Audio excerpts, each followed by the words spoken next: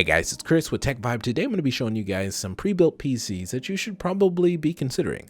Now, I have done videos like this in the past, but there have been some changes, new hardware has come out, prices have fluctuated, there's different options. So I wanted to do a refresh to this and hopefully help some of you guys out there if you're new to the space and you're trying to figure out what pre-built PC you should get if that's what you're into. Trying to make sure you guys get the right PC can be overwhelming, so I want to make sure you guys know what specs to be on the lookout for and what you can expect when you're buying a pre-built PC. For our first PC, we have the Skytech Prism, and this is going to be our top-of-the-line PC that we'll be looking at today, and comes with NVIDIA's top-of-the-line RTX 3090. This is their most powerful GPU that is capable of gaming at 8K at 30 FPS. If that's what you wanted to do, this one could do it because it has a ton of VRAM on this thing, 24 gigs, which is going to be great for you if you wanting to use it for other stuff other than playing games at 4K or even 8K. If you were trying to do any sort of workstation or editing, video editing, this would be a fantastic GPU to take that load on.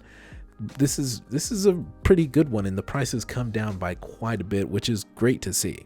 Great to see. This is going to come with 32 gigs of RAM at 3600 megahertz, which is going to be perfect for the 3900X.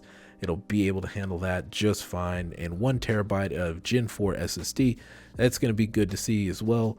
That says Gen 4 SSD, but if it's talking about Gen 4 like that, it's got to be an M.2, which in the pictures it looks like it does have an M.2 in there.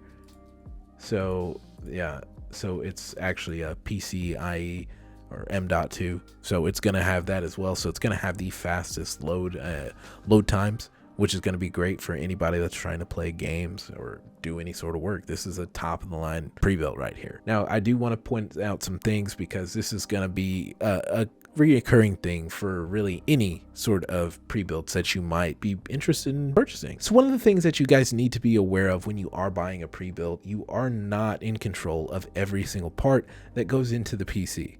That's one of the biggest downsides when you are buying a pre-built, because you might not be getting the greatest hardware going in. Now, that doesn't mean that your GPU or your CPU or your RAM or even your SSD or motherboard are going to be bad. But things such as like your AIO or your fans or even your power supply, they might not be the greatest. They're going to be trying to cut corners where they can and save money so they can make some sort of profit on this. I mean, this is business, guys. They're going to be trying to take profits where they can. So understand that there are some things that you may want to consider when you do get into pre-builds that you might want to look at upgrading. Now, this, for example, for what I mean by this is this might need a better power supply. Now, let me go ahead and verify this real quick.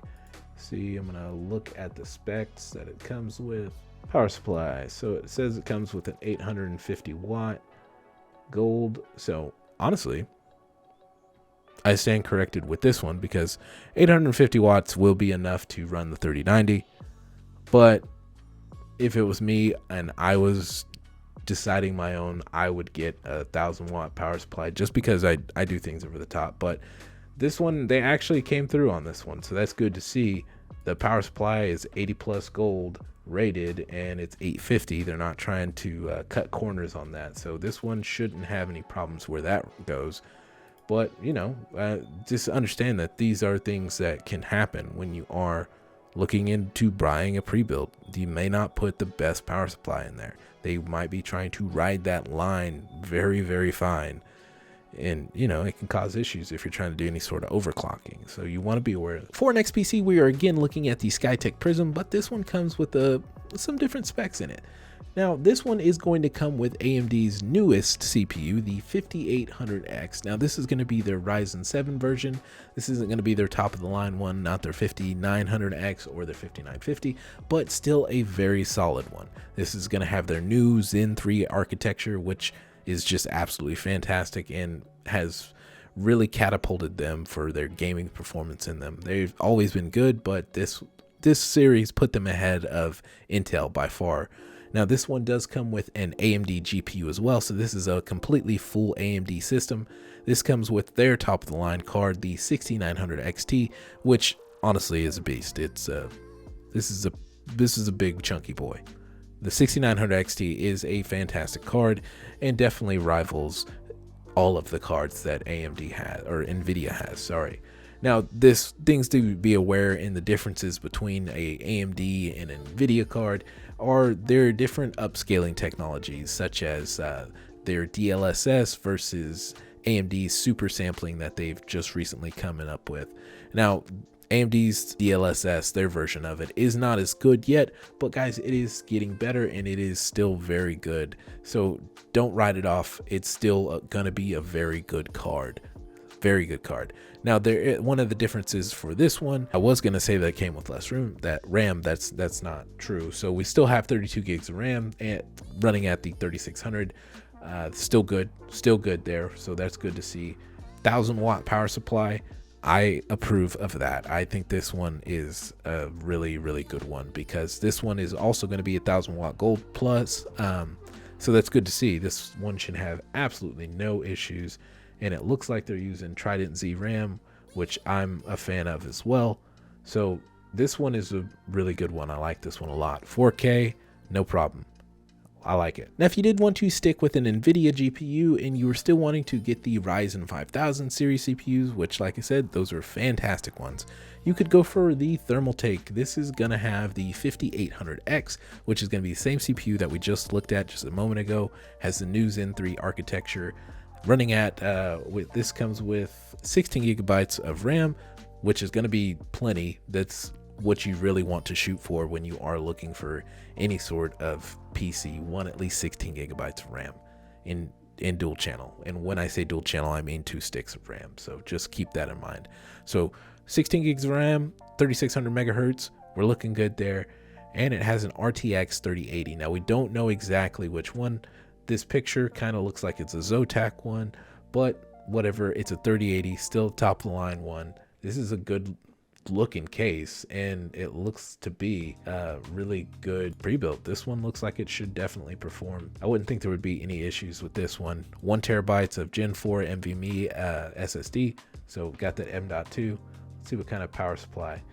Okay, so this one comes with a 750 watt. Now, my personal opinion, I would much rather see an 850 watt power supply in this using a 3080, just because the 3000 series GPUs are very power hungry. And if you were considering doing any overclock, you want to make sure that you are getting all you need. So I don't really like that they put a 750 watt power supply in here, but it should be okay because I know that the Zotac one isn't the most strenuous to run. But just be aware, guys, I personal opinion wouldn't be running a 3080 on a 750 watt. That just wouldn't be what I would do. I like to overshoot and overcompensate. So that's just what I do, guys. That's my opinion. That's how I like to operate. For our last 4K PC, we're going to be looking at the Skytech Siege. Now, this does come with an Intel CPU. We're going to be looking at the i9-10900K, which is still going to be a fantastic CPU, guys. This is going to do excellent if you're just trying to really push it and overclock in gaming. You're going to be able to do that here. Don't worry. Now, this also comes with the AMD 6800 XT, which is definitely a competitor to the 3080. Definitely a good GPU. Don't let anyone tell you otherwise. It's definitely capable of 4K. Now, we do have 1 terabyte of NVMe in here, so we still have fast storage. And for our RAM, it looks like we have 16 gigabytes of DDR4, but only running at 3000 megahertz. And I don't know why they did that. Maybe just trying to cut some corners somewhere and save some money and make some money in turn. But I would prefer to have at least seen 3200, but that's not what we got. So, but it's still solid. So it's still going to be able to perform and play really any game that you want to at 4K, and you'll also be able to overclock that RAM as well. So only thing that I don't necessarily like is seeing that 750. This PC is going to be able to do whatever it is you're wanting to do. If you're just wanting to game straight up, this PC is going to be an excellent choice. If you're just looking to game at 4K, if you're looking to do more than that, if you want to game and stream on this PC, it's going to be able to do that as well. Really, any of the PCs I show you will be able to handle that at their respective resolutions.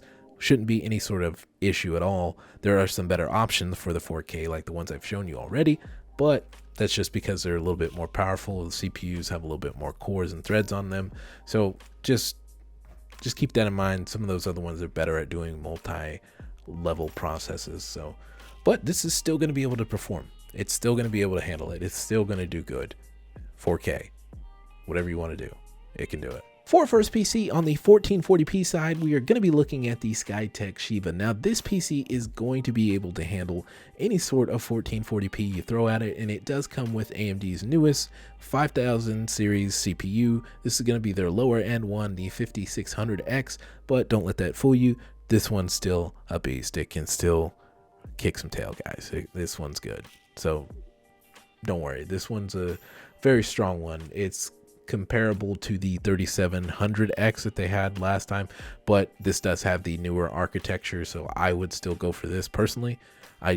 This is a fantastic CPU. It does come with the RTX 3070, which is going to be NVIDIA's what is it? It's going to be their third tier GPU, I believe. This is still going to be a good one. I wouldn't worry at all. I guess it's really their fourth because they made the 3080 Ti, huh? Yeah. Still solid. 3070s are great. 8 gigabytes of RAM, 16 gigabytes of DDR4 at 3200. That's going to be good. I'd rather see 3600, but still going to be fantastic there. That's what we want. It's running in dual channel. We can see that with the 2 RAMs and sticks here. Boom, boom. We see them there. What else we got? We got 1 terabyte of NVMe. I like to see that. 650 watt. I'd rather see 750, but I have heard from other people that have actually used a 3070 that they do fine with theirs. But again, guys, I'd be wary about that. I like to overdo it when it comes to power supplies. That's my really only gripe and complaint when I see these pre-builds. They tend to skimp on power supplies. That's just what I see as a reoccurring thing. But as far as the case go, guys, I mean, this is a really good looking case, I think, but I don't know that the airflow in it is the most optimal. I don't know how well it works with how the case is set up. Usually having fresh air go over the components usually works better. So maybe you might be running a little hot in here, but you could easily fix that if you got some other case. By the way, you can definitely put pre-builds into other cases. If you don't like the case you see, you can always switch up your case as long as it's the same specs like ATX, ITX, MTX. If you guys have any questions about that kind of stuff, I don't mind helping. So I do my best to help out on this channel. Yeah, this is going to be a solid one. $18.99. I've seen much worse prices, I can tell you that. And in case you guys wanted a little bit more power out of your CPU, you could go with the ROG Strix version, and this one does come with the 5800X instead of that 5600 that we saw before. Still same specs. We've got the 3070 in there, 16 gigabytes of RAM. And we are starting to move our storages a little bit now. With this one, we only have a 512 gigabyte SSD, but it does give us a 1 terabyte regular hard drive disk, mechanical drive. So those are the bigger ones. They aren't as fast, but I mean, it's still going to be the most storage that we've seen so far. So we got a terabyte and a half. The airflow in it should be just fine. I'd definitely probably make sure that all the intake fans are set up correctly. But I mean, these are good specs here. This is going to be able to perform. It's going to be able to do whatever you want it to. If you're trying to really stream, this is going to be a fantastic one. For our last 1440p computer, we are going to be looking at the CyberPower PC Gamer Master PC. Now this one does come with the 3700X, and as I mentioned before, this is going to be AMD's last generation CPU. Still a very strong one. Don't think it's not. Definitely capable of handling multi-level processes. If you're wanting to do any sort of gaming and streaming at the same time, this can do it. You're not going to have any problems. You're going to have 16 gigabytes of DDR4. It does not tell me the speeds here. I'm not seeing the exact speeds that this thing comes with, which I don't particularly like that they did that, but you know, it is what it is. I'm going to make a guess that it's somewhere along the 3000s to 3200s. That's what it should be. But in this one, we've got the RX 6700 XT. So we are we're using an AMD GPU and full AMD system here. Coming down in price here by about $100 from the first one that we looked at in the 1440p's. You'll be good with this 1440p gaming, whatever it is you want to do, should be fine. High settings, you're not gonna have a problem. Now moving on to the 1080p section, before we get into it guys, I wanted to make sure you guys knew that there are other options out there, but I was trying to set this up in a way that the resolutions that I would start with would go from the most priciest to the least priciest for the recommendations in their respective resolutions. So just want you guys to be aware of that when I show you guys and going forward the 1080p's, because we're going to start dropping in prices pretty dramatically. So I mean, this is going to be our most expensive out of the 1080p's here. We're looking at Skytech Archangel. Now it does come with a 3700X, still a very good CPU like we talked about before already, but it does have the RTX 3060 in it. Now this is still a very good GPU. There is the 3060 Ti that you could be looking at, but if you were looking at that one, I tend to see those a lot more overpriced, because those are very sought after for miners and whatnot, because they're very high performers, and they tend to be overpriced when I see them in pre-built. So I didn't even want to show that to you guys. This is still going to be very solid. It can do 1440p, but like I said, the PCs that I'm showing you today are going to be most optimal in the resolutions that I'm showing you them in. So we've got the 3060, 1 terabyte of SSD, still good. We want to see that. 16 gigabytes of DDR4 at 3000 megahertz, which, you know, I would like to see 3200 in this, but still going to be good. Still going to be good enough. 600 watt power supply in the 3060. That's going to be fine. I would have liked to see the 650 in there, but 600 will get the job done. You know, like I said, I've said it before, the 3000 series is a little bit power hungry, but you'll be able to get things done. You'll be able to play at 1080p. If you want to stream a game at the same time, you're going to be able to do it here. You want to do some editing, you're going to be able to do it here. But just remember that 1080p, when I say this, is I'm talking about the screen that you're using, the monitor. The monitor that you plug your GPU into is going to dictate the resolution that you're playing in the settings that you set, I suppose. But this is a good one. This is going to be your top tier 1080p one that I show you guys today. So finally, under $1,000 in our pre-builds.